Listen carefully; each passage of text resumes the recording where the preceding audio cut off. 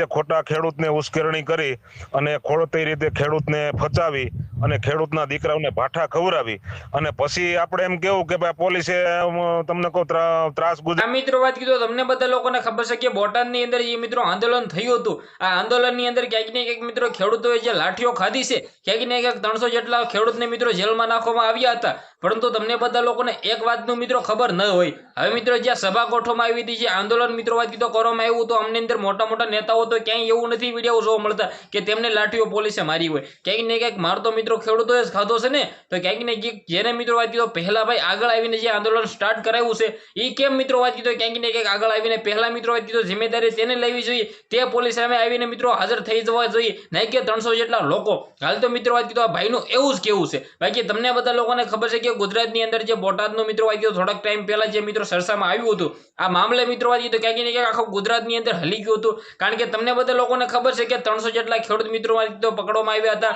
લાઠીચાર્જ પણ થયો હતો, ગેસ પણ છોડવામાં આવ્યો હતો અને ક્યાંક ને ક્યાંક મિત્રો પથ્થરમારો પણ થયો હતો.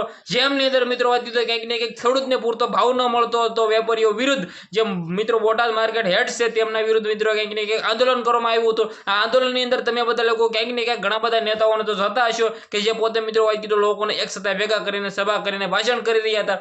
તે તો ક્યાંય પણ પ્રકારના એવા નથી જોવા મળતા કે બધાની સામે સૌથી પહેલા તો પોલીસ સામે આવીને તેમણે જ મિત્રો હાજર થઈ જવું જોઈએ. તો જ કારણ કે મિત્રો ખેડૂત લોકો મિત્રો ખોટી રીતે મિત્રો લાઠીચાર્જ ખાધા છે એવું મિત્રો આ ભાઈનું કેવું છે. બાકી આ ભાઈની વાત મને થોડી ઘણી હાસ્ય લાગી રહી છે. બાકી તમને મિત્રો સાચી લાગતી હોય અથવા તમે મિત્રો ક્યાંક ને ક્યાંક એવું પણ માની શકો છો કે ગુજરાતની અંદર ખેડૂત લોકોને મિત્રો લાઠીઓ પડી રહી છે આંદોલનની અંદર, તો ખાસ કારણ તો તમને લોકોને ખબર છે કે ગુજરાતની અંદર એક સાથે સભાઓ થઈ હતી જ્યાં મિત્રો પરવાનગી ન હતી, તેના કારણે મિત્રો પોલીસ સાહેબો ક્યાંક ને ક્યાંક લાઠીચાર્જ કરી હતી. પરંતુ ભાઈની વાત મને સાચી લાગી છે. વિડીયોને બને એટલો શેર કરી દો, સબસ્ક્રાઇબ અવશ્ય કરવાનું ભૂલતા નહીં. આજના વિડીયોમાંથી આટલી જ માહિતી, આપણે એક નવા વિડીયો મળીએ.